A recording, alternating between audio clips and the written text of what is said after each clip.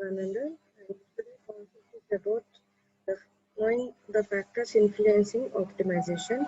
And before knowing about the factors influencing the optimization, first of all, we need to know the types of operations in code optimization, and then what the principal sources of optimization, and then the factors influencing the optimization. And first, initially, you need to know what the types of operations that we are having in code optimization. And what we are doing here in this phase means we are applying the optimization techniques, right? That means the optimization techniques can be applied on the source based, and the scope of the operations are of two types. The one is a local scope and the other one is a global scope. When we can say that it is a local scope type operation, and when we can say that it is a global type operation. And if whenever we're applying the optimization techniques, while coming to the local optimization, the optimization has to be performed, its scope is limited. Its scope is limited. That means we're performing only at certain specific block of statements. Then we're calling that type of operation is a local scope operation. Right. Again, I'm recalling that whatever I said now. If, now I'm talking about a local scope. What the local scope is, I need to apply some transformations, right? Where I need to apply the transformations, if I apply the transformations only at the limited, only in the limited code, that means only for certain specific block of statements, if I apply the optimization, then it can be called it as a local scope optimization or local scope operation.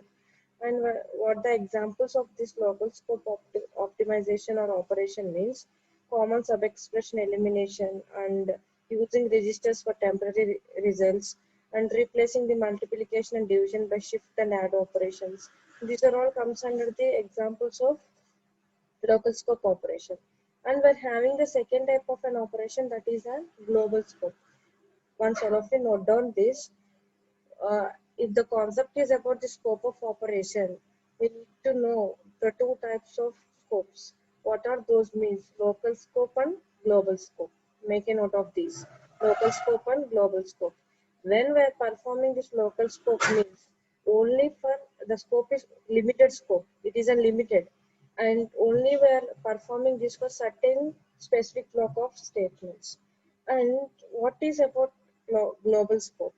What is a global scope, and when we are applying this global scope, and when a global optimization has to be performed, its scope is throughout the program.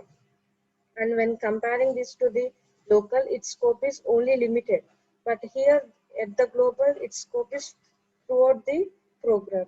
That means, or within the procedures, within some procedures we are performing the optimization globally, so it is performed during uh, this global scope is performed using data flow analysis. Make a note of this. And using the data flow analysis, we are performing the global scope, and the what the local scope is, only it is the scope is limited, and only for certain specific block of statements we are performing the local scope. And here in the global scope, the scope is throughout the program. That means within the procedures we are applying or we are performing this optimization, that is in global optimization.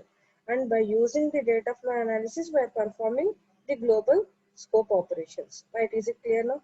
And what the examples of this global scope optimization is: code motion, that we can also call it as a code movement, and strength reduction. These are used to perform the global scope operations. That means, for example, coming to the code motion, here this code motion or movement can be used to perform this kind of optimization, because moving certain code outside the loop. That means we're performing in the within some procedures. We're performing the optimization within some procedures. So that's why we're using the code motion or code movement is one of the transformation, and that comes under the example of global scope. And another one is a strength reduction. This is also another method of the global optimization. And what type of a transformation it is we are reducing the strength of the operations. How we are reducing the strength of the operations means just by reducing the higher precedence operator by the lower precedence operator.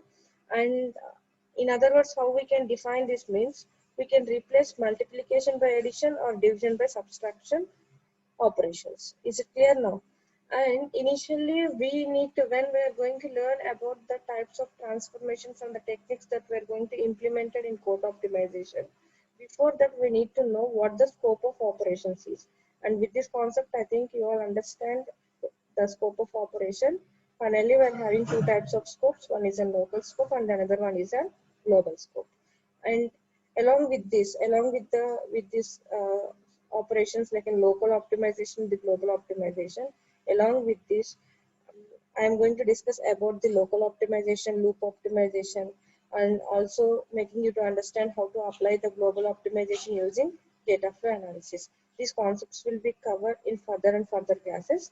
But initially in today's class, my concept is about the principal sources of optimization. That means after making you to understand what the factors that influencing the optimization, then the most important concept I am going to discuss, that is about the principal sources of optimization, right? And here, what the factors that are influencing the optimization? Finally, what we need a target mission, right? The target machine is totally a machine dependent machine. Totally it is a machine dependent. And the whatever the machine dependent factors, those can be parameterized to the compiler for fine tuning. Right. So, and based on these factors, these are the most important factors, they influence on the optimization. They influence the performance of the code optimization. What are those means? One is an architecture of the target CPU, and what that comes under the architecture of target CPU means number of CPU registers, risk versus risk, pipeline architecture, number of functional units, and so on. And the machine architectures like in cache size and the type, cache memory transfer rate, all these are all the factors. Mainly we are having two factors here. One is an architecture of target CPU and the another one is a machine architecture. Right. These factors influence the performance of the code optimization. Now, I'm going to learn about what the themes behind the optimization techniques. What the themes behind the optimization techniques. These are the most important themes. The first one is an avoiding redundancy, and the second one using of smaller codes, use less jumps, code locality, extract more information about the code. How to avoid the redundancy? How to avoid the redundancy? And how to avoid the redundancy means how we are going to eliminate the redundancy. What it means is something was already computed and we need not be computed again and again the same thing. Is it clear now? Something, for example, x is equal to a plus b. This a plus b was already computed at the starting of my program. But in between of my program, again I'm using a plus b. So you need not again compute the a plus b, right? What we need to do is just use the temporary, you generate the temporary variables. Already I generated a temporary variable for a plus b. Just instead of using that a plus b directly, you can use the temporary variable. Whatever you generated at the initial step itself, at the starting of before itself, you reuse that temporary. You reuse that uh, generated temporary variable, right? So no need not be computed again and again. If you do like that, then you can encourage the redundancies. But here we need to eliminate the redundancies, right? And what the next thing is, you select a smaller codes, or choosing of the smaller codes is most important. Why means if your code is smaller, then the performance of the optimization is the performance of the optimization can be implemented in an efficient manner. What it means is it takes less time, it takes less space. Automatically, we improve the efficiency. And smaller code means less work of CPUs or caches or memories, whatever it may be. And use less jumps. And here we are using a prefetch. We are using a prefetch code. What it means is jumps interfere the with the code prefetch. Make a note of this. Wherever we are using the jumps, either it may be a conditional jump or an unconditional jump, whatever it may be, those always we need to interfere with an codes, right? Code prefetch. And the code locality.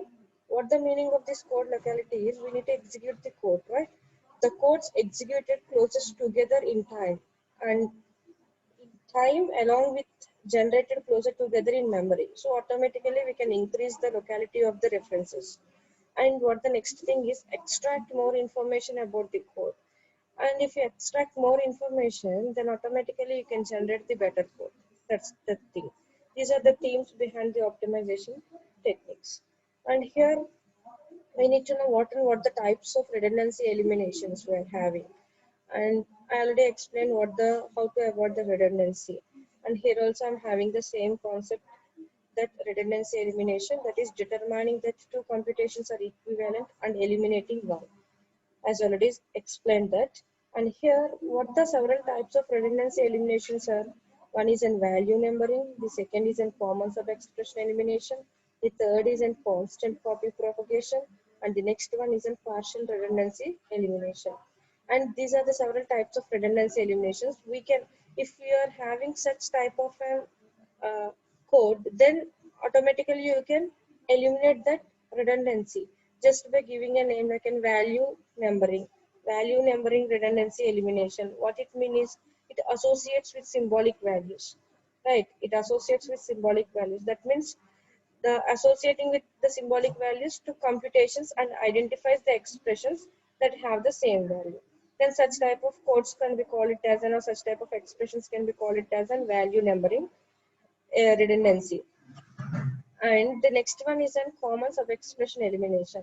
Here, how we are going to identify this is, identifies the expression that have operands with the same name. Operands with the same name. Then we can call them as a common sub-expression elimination. And the next one is a constant or copy propagation. Here we are identifying the variables, and it may be in constant or copy, whatever it may be in values or the expressions. What we are doing is, once we identify the variables that have the copy values or the constant values, and we are using in place of the variables, we are using that constants or copy values in place of the variables. And the next thing is a partial redundancy elimination. Here we are inserting the computations, that means insert the computation in paths way, right? To convert the partial redundancy to full redundancy. These are some several types of redundancy eliminations, and under the concept of redundancy elimination, we are having these several types of redundancy eliminations, and this is one of the theme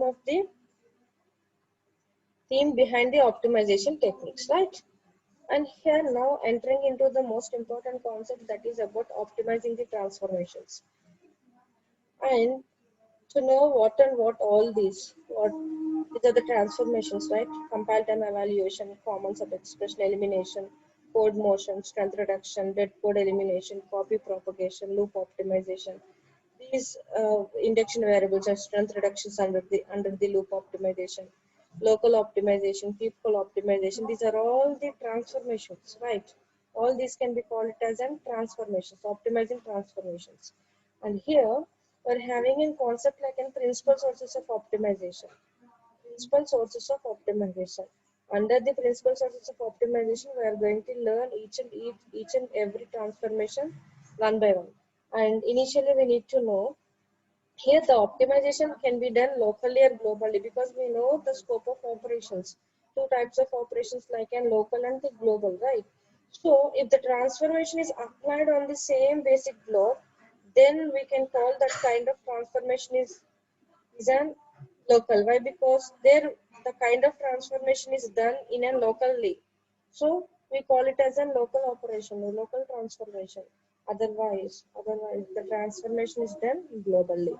And here, generally, whatever the transformations we are using here, we are applying here. First, initially, we need to apply the local transformations, and then we need to go for the global transformations. What it means is, the local transformations are done first, right? Then the next is for global. And here, while applying the optimization techniques, the semantics of the source program cannot be changed. Make a note of this. I'm applying these steps or the n number of optimization techniques here. Right, I'm applying n number of optimization techniques, but the semantics of the source program should not be changed. Without changing the semantic of the source program, we need to do the modifications. We need to perform the optimization just by applying the transformations. And this is number one transformation, that is compile time evaluation. What is this compile time evaluation means? First of all, I want to define what the compile time evaluation means. Means here shifting of computations from runtime to compilation time. Once again, make a note. I'm shifting the computations from runtime to compilation time. And here I'm having two methods to obtain the compile time evaluation. One is constant folding and the second one is a propagation, constant propagation. And here I'm having an example for this. The first one is about a constant folding. And here how the evaluation takes place means, that means when I'm performing this transformation, how the technique is implemented is, in this folding technique, the computation of constant is done at the compile time instead of execution time. So it can be called it as a constant folding. For example, here I'm having an example like area is equal to 22 by 0 by 7 by 0 into r into 2. What it mean here? Here folding is implied by performing the computation of 22.0 by 7.0 at compile time instead of execution time. Make a note of this. And the second one is about a constant propagation. And here in this technique, the value of the variables is replaced. Make a note, the value of the variables is replaced and computation of an expression is done at compile time. See here we're having an example. Pi is equal to 3.14286. Area is equal to pi into r into 2. What it means here? Here at the compilation time, the value of pi is replaced by 3.14286. Then the computation of 3.14 into r into 2 is done during compilation. It's clear now. This is about a compile time evaluation. And now I'm having a question that what does it mean and when is it performed and what is the result? If I perform such a transformation like in compile time evaluation, what is the result of it? And initially I need to know what does it mean. It is similar to the copy propagation, and here we are having an extra feature like it can analyze the constant value conditionals to determine whether a branch should be executed or not. Right. And what does it mean means, again I'm assigning that x is equal to c. Just giving an example that x is equal to c, where c is a constant, right? This c is a constant. Replace later uses of x with uses of c. That means provided there are no intervening assignments to the x. What the meaning of this statement is, here we need to evaluate, whatever we need to evaluate, instead of doing at the compilation time, right? Instead of doing, whatever the computation that we need to perform, from we're evaluating those. That means here the compile time evaluate the shifting of computations from runtime to compilation time. I'm shifting from runtime to compilation time. The meaning of that, what does it mean means, here what we are going to perform, how we are performing this, right? That means what type of an computation that we are performing here. Just whatever the computations that we are performing here, those the things, that means we're shifting them. That means from runtime to compilation time. And here, when is it performed? Early in the optimization process, we need to perform this type of transformation like in compile time evaluation. And what is it results to? And it results to smaller ports or fewer registers, because finally our output should be in a machine level output, right? So it consisting of instruction sets, registers and all those. So it results to smaller code and fewer registers. And the second thing is an common sub-expression elimination or evaluation, whatever it may be. And here what we are going to identify is we are identifying the common sub-expression present in different expressions and compute once and use the result in all the places. And the definition of the variables involved should not be changed. And here the common sub-expression is an expression appearing repeatedly in the program, which is computed previously. And for example, if the operands of this sub-expression do not get changed at all, then the result of the sub-expression is used instead of recomputing it each time. Is it clear? And once see the example here, I'm having an example. It is before transformation and after transformation. Black in the example, black representation is an before and red representation is an after. That means we're eliminating the common sub-expression after performing this transformation. Initially, the given example is A is equal to B into C. A is equal to B into C and X is equal to B into C plus 5. And in the expression, I am having a common sub-expression. X is equal to B into C, where A is computed with B into C and X is having half of the expression with B into C, right? So, how I am eliminating that expression is temp is equal to, just I am generating in temporary variables here.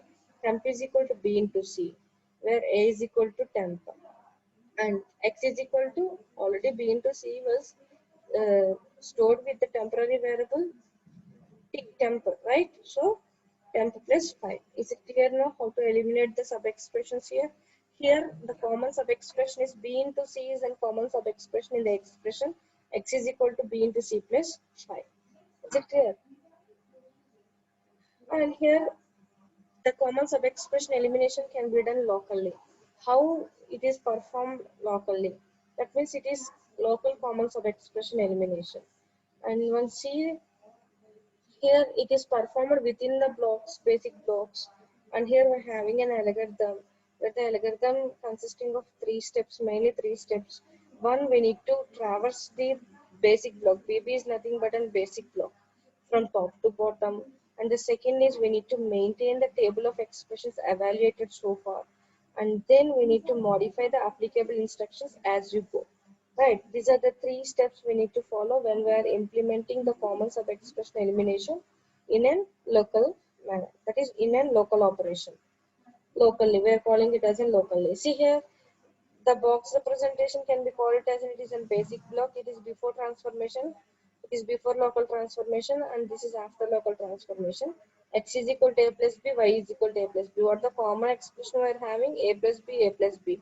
So T is equal to A plus B, X is equal to T. So therefore finally Y is equal to T. In such a way we need to modify the code. We need to modify the translation statements from the original code, right? So this is an example. Once all of you see this example, C is equal to A plus B, D is equal to M into N, E is equal to B plus D, F is equal to A plus B, G is equal to minus B, H is equal to B plus A. The red mark representations here, A plus B, both are common expressions. And reverse of this A plus B is B plus A. And here we can use a commutative rule. And then M into N and M into N in a green mark, right? So initially, I am assigning T1 is equal to A plus B, C is equal to T1, right? T2 is equal to M into N, D is equal to D. D is equal to T2. And what it is? T3 is equal to B plus D and E is equal to T3. F is equal to already F, A plus B was at T1, right? T1. G is equal to minus B. And H is equal to, again, I am taking the same temporary, but here I am using an commutative rule. Commutative rule means invert of that, right? And then A is equal to J plus J. Here I am using A is equal to J. Same thing I am using here. I am not changing anything because this translation statement is same as it is after the transformation also. K is equal to M into N. M into N was already stored with the temporary variable T2. So K is equal to T2 and this b plus d also stored with an t3, j is equal to t3, a is equal to minus b. If m into n is in t2, right? So if t2, go to n.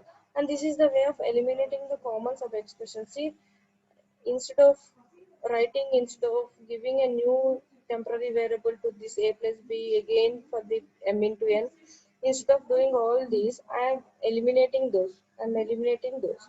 Directly I am taking the already generated temporary variable, just I am using the temporary variable for further expressions, right? And now how the global common sub expression elimination can be done. Here also we're having two-step process. One is we need to perform on the flow graphs. Global means here we're using the data flow analysis. With the use of data flow analysis only, we need to perform the global transformations. So here the transformation that was performed on flow graph, and it requires available expression information.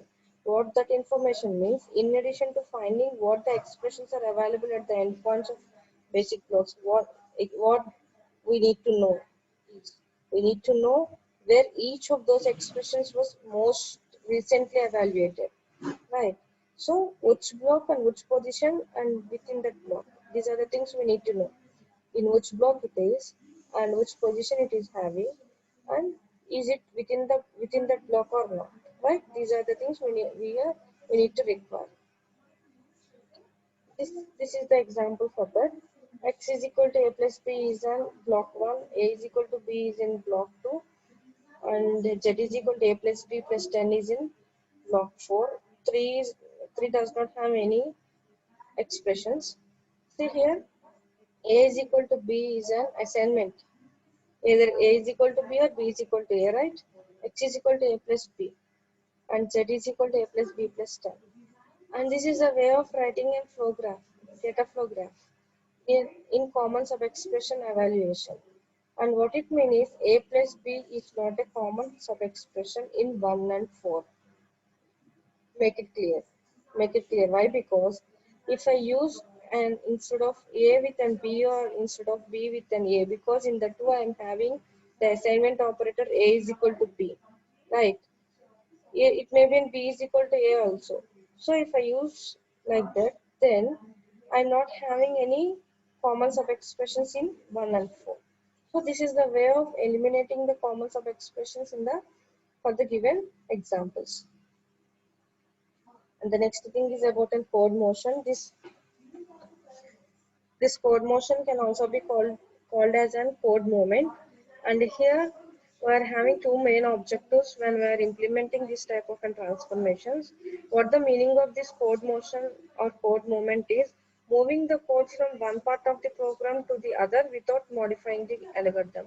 One part of the program to the other part means from inner loop to the outer loop.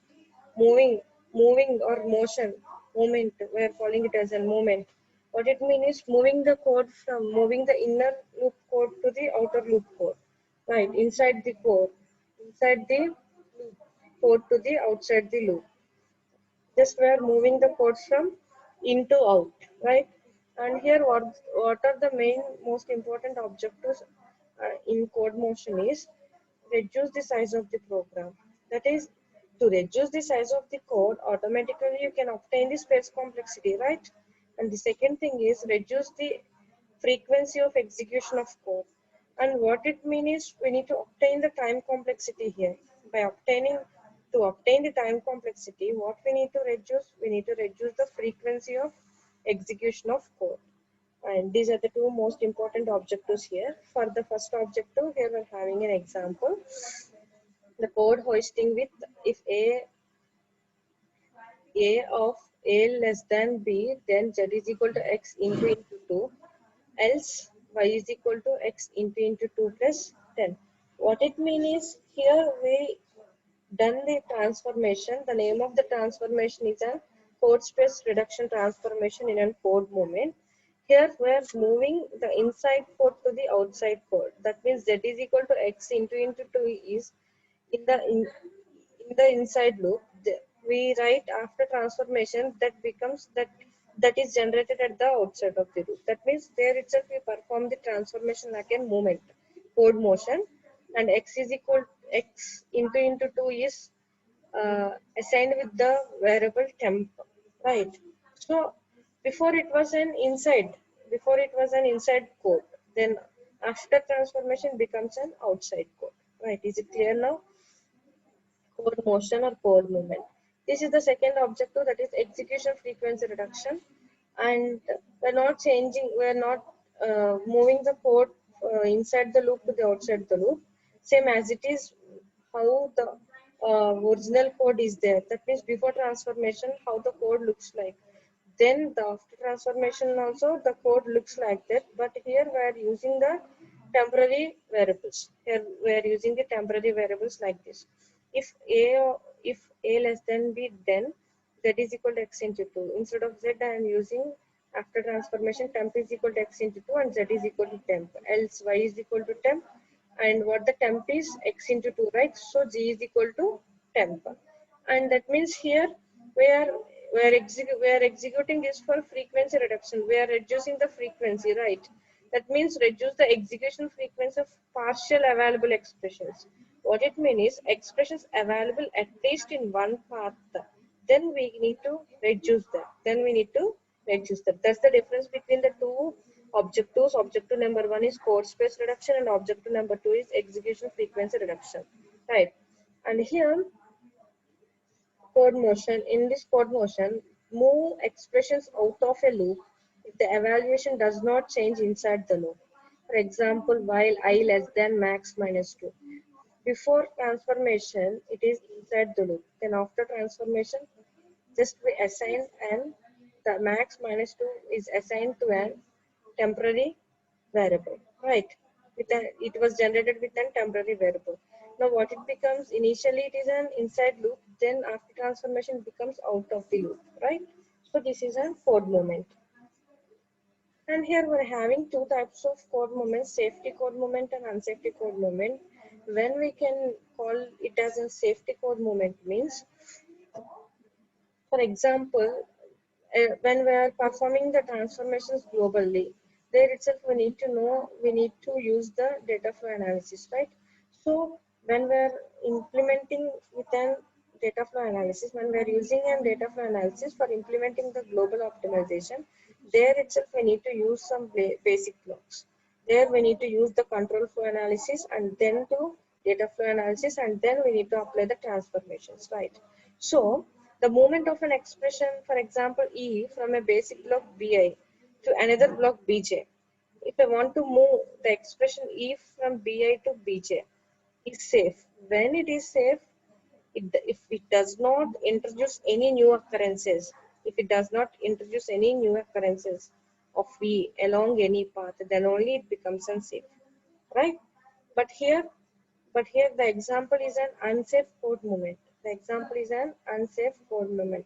Why we call it as an unsafe code movement? Unsafe code movement means, see before transformation how the expression looks like. If a less than b, then z is equal to x into 2, else y is equal to 10. What it means is this is suitable for the, totally this is suitable for the code space reduction. Code space reduction. Right. If you perform the transformation like this, you are reducing the space, but automatically the code becomes an unsafe.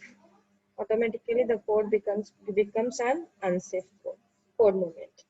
And the next one is on strength reduction. This is a most important transformation. What the strength reduction is, replacement of an operator with a less costly one. How you know that it is a less costly one or more costly one? You don't know. Are we calculating or are we doing any weight for that? We know the precedences. We know the precedences of the operators, right? So what it means is, for certain, in the strength of certain operators is higher than the others. For example, I'm having some set of operators. In the set of operators, if I compare one to one, if star and plus, star is having the higher precedence, right? And plus is having a lower precedence, then it comes less costly one. Plus plus becomes a less costly one, and star becomes a more costly one. So what we're doing here is, instead of multiplication operator, because it is higher than plus, right?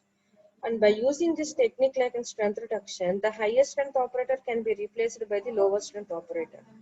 Is it clear? The highest strength operator is can be replaced by the lowest strength operator. See the example. For I is equal to 1 to 10, do x is equal to I into 5. This x is equal to I into 5 expression is written as temp is equal to temp plus 5. But without changing the meaning of the code, what we done here is we perform the transformation like in strength reduction. By performing the transformation like in strength reduction, we what we done here, we improve the strength of the code. We improve the strength of the code. And here, see the code once, all of you. And this strength reductions is not applied to the floating point expressions because they may be yield to the different results. So we are not using for the floating point expressions. This type of transformations that were not applied for the floating point expressions. And what the typical cases of strength reduction is occurs in address calculations of the array references, and also we can apply to the integer expressions to involving by involving the induction variables like in loop optimization. And this is about a dead code elimination.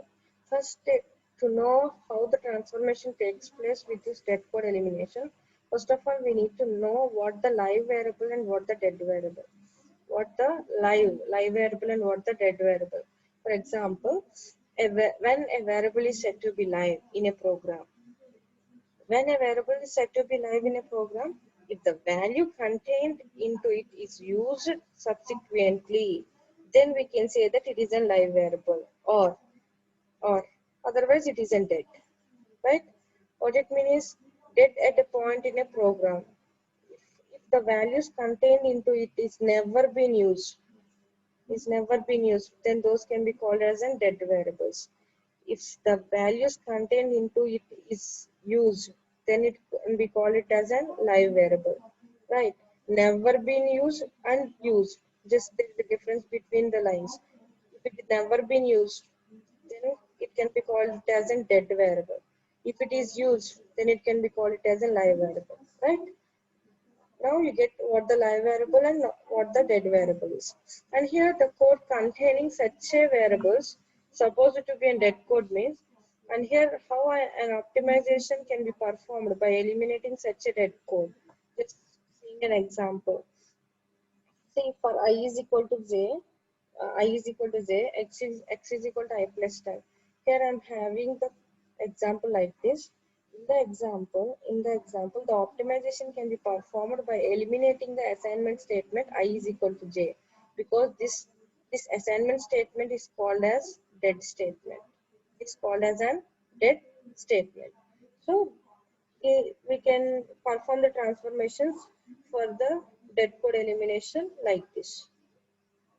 And what the examples of this dead code eliminations is, no control flows into the basic blocks, and here a variable is dead at a point when its value is not used anywhere in the program, and an assignment is dead when the assignment assigns a value to be a dead variable. So if we are having such constraints, then we can clearly say that those are all comes under the dead, maybe in dead assignment or the dead variable. Here my example comes under the dead assignment because I is equal to j. Here it is an assignment statement row, assignment statement, right? So it is a dead assignment. It comes under the dead assignment. And the next one is about the copy propagation. Copy propagation. Here, what does it mean? What we're copying here, and when is it performed, and what is the result? The copy propagation means x is equal to y is there. Whatever the whatever the variable x uses, those things are all used by the y. That means x is equal to y. That means providing there are no intervening assignments to x or y. Right. When it is performed, any level, but usually early in the optimization process, we are performing this. And what is the result of this is here also we are we're generating the smaller codes. And see here, for example, f is equal to z is there. This can be called as a copy statement of copies. And use of z for f. Use of f for z. F is equal to z. Whenever possible after copy statement. And here we're having an example, x of I is equal to a, and sum of x of I is I plus a. That means here I'm having x of I is equal to a, and this x of I is equal to a, or a is equal to x of I, because here we're calling it as a copy statement. Instead of using this x of I directly, I'm using this a, right? So after transformation, the code looks like this. And here it may not appear to be code improvement, but opens up scope for the other optimizations. And local copy propagation means again it performed within the basic blocks. And here also the same algorithm that we're applying. First, initially we need to traverse the basic block from top to bottom, and then we need to maintain the table of copies encountered so far, and then modify the modifications are applicable and the instructions as you go. And with this example and with this concept of the copy propagation, and I'm concluding today's session. And in this today's class, what I explained you, what I make you understand is first initially with the concept of scope of operations. There are two types of scopes. One is local and one is global. I defined what the local and what the global is, and I gave some examples of local and global. And then knowing what the factors that influence the optimization, and then what the themes behind the optimization techniques, and then entering into the transformation techniques. The first transformation technique is about principal sources of optimization, and here the transformations can be applied locally and globally. But here initially we first local transformations are done first, and then we need to go for the global transformations by using the data flow analysis. And here up to now, whatever the transformations we learned, I discussed with you, I make you to understand all those comes under the principal sources of optimization. Under the principal sources of optimization, we are having these transformations. See here, compile time evaluation, common sub-expression elimination, code motion, strength reduction, dead code elimination, and copy propagation. These are the transformations under in the concept of principal sources of optimization. And I think you all understand how the transformations takes place from the program, from the source code. That means for the source code, we are applying all these transformations. Every time we are not applying for the whole program. Throughout the program, we are not applying all these transformations, right? Whenever it is necessary or wherever it is necessary. For example, I need to eliminate the common sub-expressions in my code. Then only I will use this transformation. Otherwise, I didn't use the transformation like in common sub-expression elimination. If I want to move the inside code to the outside code, then only I need to use the code movement or code motion transformation, right? Is it clear to you? Every time for the source code, I am not applying all these transformations. I am knowing what and what the transformations that are under the principal sources of optimization. Then knowing how to eliminate those, and how the transformation before it looks like and after it looks like, with an example I explained you, right? And in the next class, I'm going to explain about the loop optimization and the peephole optimization. I think you all understand these transformations, this set of transformations: compile time, common sub expression, code motion, strength reduction, dead code elimination. If you when you are writing the code or when you are implementing the code, if you find out any types of eliminations like this, any types of eliminations or reductions like this, then only you need to apply the optimizing transformations. Make clear of that. Then only we need to apply. I know everything. I understand the principal process of optimizations, or that I understand what and what the techniques under the code optimization. and I know what the transformations that are taken place in the code optimization. By knowing that we can't do anything, by knowing that we can't do anything, by understanding that we can't do anything, right? if if I know all these things, then directly I can't apply for the whole program. For the throughout the program, I can't apply all these, right? Then make a note of this.